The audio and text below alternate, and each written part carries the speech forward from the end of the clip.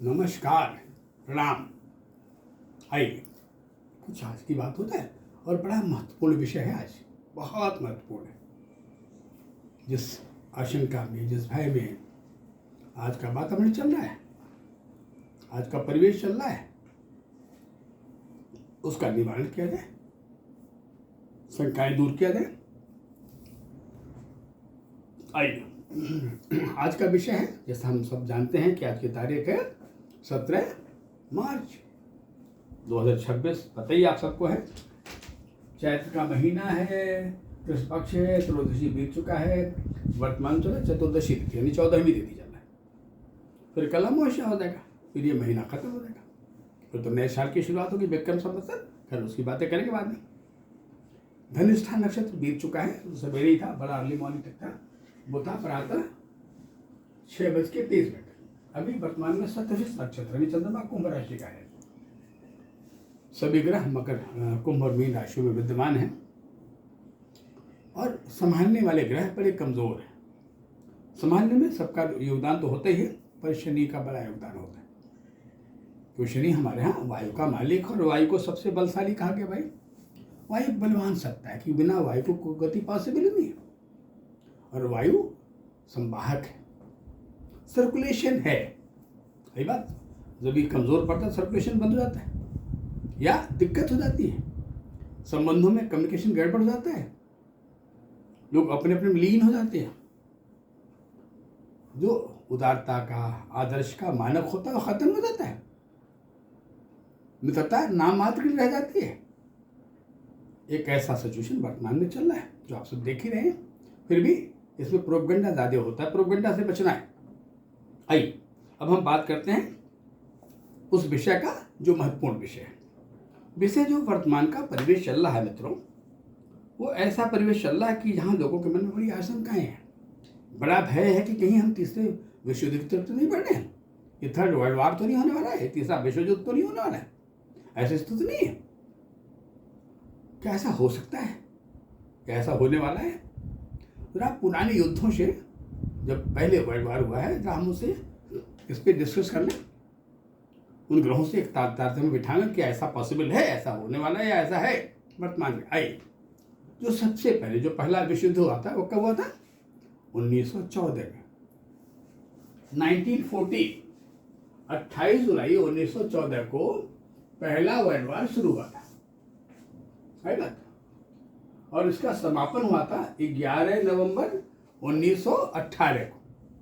लगभग 4 साल 1-2 महीने चले। ये भी बड़ा एक महान महायुद्ध ही था, बड़ा ग्रेट था, बहुत तहस-नहस अशांति करने वाला। और युद्ध तो तहस-नहस करते ही करता है। युद्ध हमेशा विनाश का लीला तो बनता है, विनाश का कारण तो बनता ही बनता है भाई।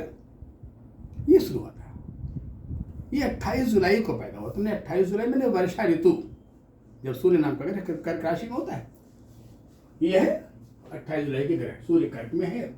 शनि नाम का जो ग्रह है वो मिथुन राशि में है, 4-3 डिग्री का है, 4-33 डिग्री का है, 433, और सूर्य के बड़ा करीब है। वैसे भी वर्षा में, वर्षा चूंकि सूर्य की ऋतु है तो शनि बड़ा कमजोर होता है, शनि बड़ा स्ट्रांग होता नहीं। और अगर मिथुन में शनि है तो इसका मतलब है कि जो उत्तरायण का क्लाइमेक्स होता है, यानी 1, 2, 3 मेघ से लेके मिथुन राशि, ये हम इसे नॉर्थ पोल क्लाइमेक्स कहते हैं। ये उन्हीं राशि में, उसी मिथुन में है जो नॉर्थ पोल क्लाइमेक्स में जो सबसे बड़ा क्लाइमेक्स होता है, मैंने अंतिम राशि मिथुन है। अब बात दूसरी होती है सेकंड वाले पार्ट पे। जो बृहस्पति नाम का प्लेनेट है वो मकर में है और नीचे है। राशि पृथ्वी तत्व की है और इलाका भी पृथ्वी तत्व का ही है, सही बात। और मकर में, और पृथ्वी तत्व का जो लीडिंग राशि है उसको हमने बार बार मकर कहा है, ये लीडिंग राशि है। अब ये आकाश तत्व प्रधान ग्रह है और पृथ्वी जस्ट अपोजिट है।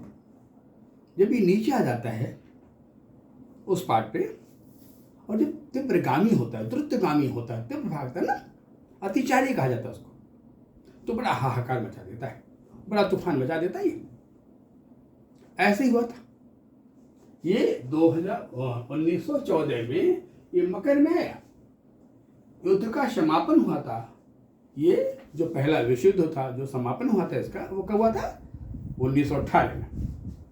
ये तारीख है 11 नवंबर 1918। लगभग इन 4 वर्षों में देखा जाए, जो बृहस्पति था उसमें मकर में था, और जब हम 1918 पहुंचे तो ये बृहस्पति कहाँ चला गया? मिथुन में चला गया। अब हम मकर से मिथुन की गणना करें तो क्या हो गया? 1 2 3 4 5 6, मतलब वो 6 राशियों की दूरी तय करता है। 4 वर्षों में 6 राशियों की दूरी। बृहस्पति सामान्यतया लगभग 1 वर्ष कुछ दिन एक राशि में रहता है, पर यहां तो उसने 4 वर्षों में 6 राशियों की दूरी तय कर लिया। यानी इसका मतलब बृहस्पति अतिचारी था। प्रारंभ में ये लगभग 1914 15 16 तक बहुत तेज चल रहा था। 17 18 में थोड़ा बैलेंस हो गया था। जब अतिचारी होता तो हाहाकार मच जाता। अब डिपेंड करता है किसके अतिचार को जो ग्रह संभाल लेता है कुछ हद तक, उसका नाम शनि है। शनि अगर अच्छी अवस्था में तो संभाल लेता है, पर शनि तो स्वयं उसमें मिथुन में है, और जब युद्ध का समापन हुआ तो शनि कहाँ चला गया? शनि आ गया उस समय सिंह राशि में 5 नंबर में। 1 2 3 मैंने कहा ना, ये उत्तरायण का क्लाइमेक्स है। और हमने कहा कि जब हम आते हैं 4 5 6 तो हम कहते हैं कि अब हम साउथ पोल के तरफ टर्न गए हैं, लेकिन है नॉर्थ पोल में।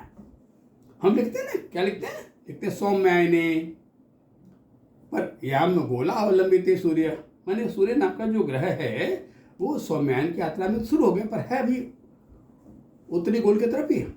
और वर्षा तो बड़ा गर्म होता है, जैसे गर्मी गर्म, वर्षा बड़ा गर्म होता है, और वर्षा का मालिक स्वयं सूर्य होता है। यानी शनि कमजोर ही रहता है। तो ये युद्ध शुरू हुआ मिथुन के शनि में, समाप्त हुआ सिंह के शनि में। तो बृहस्पति के अतिचारी होने से और शनि के अत्यंत कमजोर हो जाने से ये वातावरण पैदा हुआ, हमारा प्रथम विश्व युद्ध हुआ था। आइए अब तो आगे की बातें कर लें। फिर एक समय आया, ये समय कब आ रहा है? ये समय आया 1 सितंबर 1939, 1 सितंबर 1939 बारी आई सेकेंड वर्ल्ड वॉर का। दूसरी विश्व युद्ध की बारी आ गई। दूसरा विश्व युद्ध शुरू हो गया कब? 1 सितंबर 1939 में, 39 में। ये चला 1939 से लेकर 2 सितंबर 1945 तक। यानी ये वर्षा में शुरू हुआ, वर्षा में समाप्त हुआ। जब शुरू हुआ तो 1 सितंबर था, और जब खत्म हुआ, कंप्रोमाइज हुआ, तो हुआ 2 सितंबर। ये थोड़ा लंबा चला था कि 39 से 45, 6 साल तक चला था, और बड़ा भीषण था। बहुत जान माल की क्षति हुई थी। लगभग 5 करोड़ लोग उस समय, तो तादाद बहुत कम थी, तब इतनी जनसंख्या नहीं थी, तब मारे गए थे। और 70 देश उसमें इन्वॉल्व थे, और सब सेनाएं, थल सेना, जल सेना, वायु सेना, सारी सेनाएं इन्वॉल्व थी। उन्हें लगता उसमें वसुंधरा पर हाहाकार मच गया होगा। त्राहिमाम के भाषा लोग बोले लगे होंगे। और ये वर्षा में, वर्षा पहला विश्व तो बरसात में शुरू हुआ था, पर बंद हुआ था 11 नवंबर को। उन्हें ऋतु में शरद कहते, सौम्य ऋतु कहते। ये तो शुरुआत वर्षा में, समापन में वर्षा में। ग्रहों को देख लिया जाए भाई। आइए, जब शुरू हुआ था सेकेंड वर्ल्ड वॉर तो तारीख थी 1 सितंबर। यानी सूर्य नाम का जो ग्रह है वो सिंह राशि का है, 5 नंबर का है बात। और शनि नाम का जो ग्रह वो कहाँ है? 1 नंबर में, 1 नंबर। अभी मैं बता रहा था कि जब 1 2 3 से शनि अपनी जर्नी शुरू करता है तो वो नॉर्थ पोल का क्लाइमेक्स है। वहां 3 में था, यहाँ 1 में है, 1 से 3 की तरफ जा रहा है। ये तो शनि का मामला है। नहीं, शनि इसका मतलब एक ऐसी अवस्था में था जिससे बड़ा उद्वेलित, आंदोलित कर रहे, मानो किसी ने ठंडे पानी में करंट लगा दिया हो। अब जब करंट लगा दिया होगा तो वो खोलना बॉयल हो जाएगा, बॉइलिंग पॉइंट। तो शनि की जो अवस्था थी वो बड़ा बॉइलिंग पॉइंट। जो कामिंग जोन का मालिक है, जो संभालता है, जो हम इंसानों को एक काम डाउन करता है, हमारे स्नायुमंडल की फंक्शनिंग को ठीक करता है, हमें समझाता है कि विनम्र हो जाओ, ठंडे हो जाओ, शांत हो जाओ, वो तो बॉइलिंग पॉइंट पे था, बड़ा गर्म था। सब सिनाताने खड़े थे, बृहस्पति बिल्कुल करीब में, कहाँ 12 नंबर की राशि मीन में था। ये 12 तो अगल बगल ही होते हैं भाई दोनों। ये दो ग्रहों का जो विपरीत स्वभाव के हैं। मैंने कहा बृहस्पति आकाश तत्व है और पित्ताधिपति, स्वभाव गर्म है, इसको हम एटॉमिक प्लेनेट भी कहते हैं। शनि अल्कलाइड क्लाइमेक्स है, ठंडा है। जो जब दो विपरीत किस्म के प्लेनेट सिचुएशन एक साथ इकट्ठे हो जाते हैं तो प्रतिक्रियाएं बढ़ जाती है। ये तो पोजीशन था कब, 1939 में। पर जब समय आया 2 सितंबर 1945 में, तब क्या पोजीशन थे, वो शनि जो 1939 में था मेष राशि में था, वो मिथुन में आ गया, वो 3 नंबर में आ गया, मिथुन में आ गया। मैंने वो उस नॉर्थ पोल के क्लाइमेक्स वाली राशि में आ गया। और जो बृहस्पति नाम का प्लेनेट था जो उस समय मीन राशि में था, वो कन्या में आ गया। लेकिन यहाँ बृहस्पति चाल बैलेंस थी। यहाँ बृहस्पति को अतिचारी नहीं कहा जाएगा, बहुत अतिचारी था, क्योंकि इसने विगत 6 वर्षों में 39 से 45 6 वर्षों में इसने उतनी ही दूरी तय किया जितना वो नियंत्रण करता है। मैंने 12 में था, 6 वर्षों में 6 साल में 6 राशियां चला तो बराबर था। बस प्रॉब्लम क्या था, दिक्कत क्या थी, दिक्कत ये था कि यहाँ बृहस्पति शनि के बगल में था। और जो कम्युनिकेटर शनि है, जो शनि संबंधों में एक दूत की भूमिका निभाता है, एक संबंधों में जो संवाद पैदा करता है, एक दूसरे के संवेदनाओं को समझने की बात पैदा करता है, जो हमारे अंदर पशुवत भावना इसे बचाता है ना। क्या है, क्या लिखा था कभी ने, यही पशु प्रवृत्ति है कि आप ही चले, वही मनुष्य तो मनुष्य के लिए मरे। लेकिन जब मनुष्यता नष्ट होती है हमारे अंदर कई बात में, तो पश्चाताप पैदा होती है। इस नाते हमारी राशि में सिंबॉलिक है। जैसे हम कहते हैं मेष राशि, तो कहते हैं मेष में क्या होता है, भेड़, चतुष्पाद, 4 पैरों वाला, यानी मेष डोमिनेट कर जाए तो थोड़ा हमारा स्वभाव बिल्कुल जानवर जैसे, थोड़े हमारे एरोगेंसी आ जाएगी। तो शरीर जब गर्म आता है तो हमारा स्नायु मंडल बड़ा गर्म होता है ना, अग्रेसिव हो जाता है। खैर, तो ये कारण था जिस कारण से ये विशुद्ध पैदा होते हैं। क्या वर्तमान में ऐसा कारण है कि तीसरा विशुद्ध हो सकता है, थर्ड वर्ल्ड वॉर हो सकता है, कैसी बातें दिखाई दे रही हैं? अभी वर्तमान में तो नहीं कहा गया। हाँ, इतनी सी बात है कि वर्तमान का जो शनि है वो मीन राशि में चल रहा है। मीन ठंडी राशि है।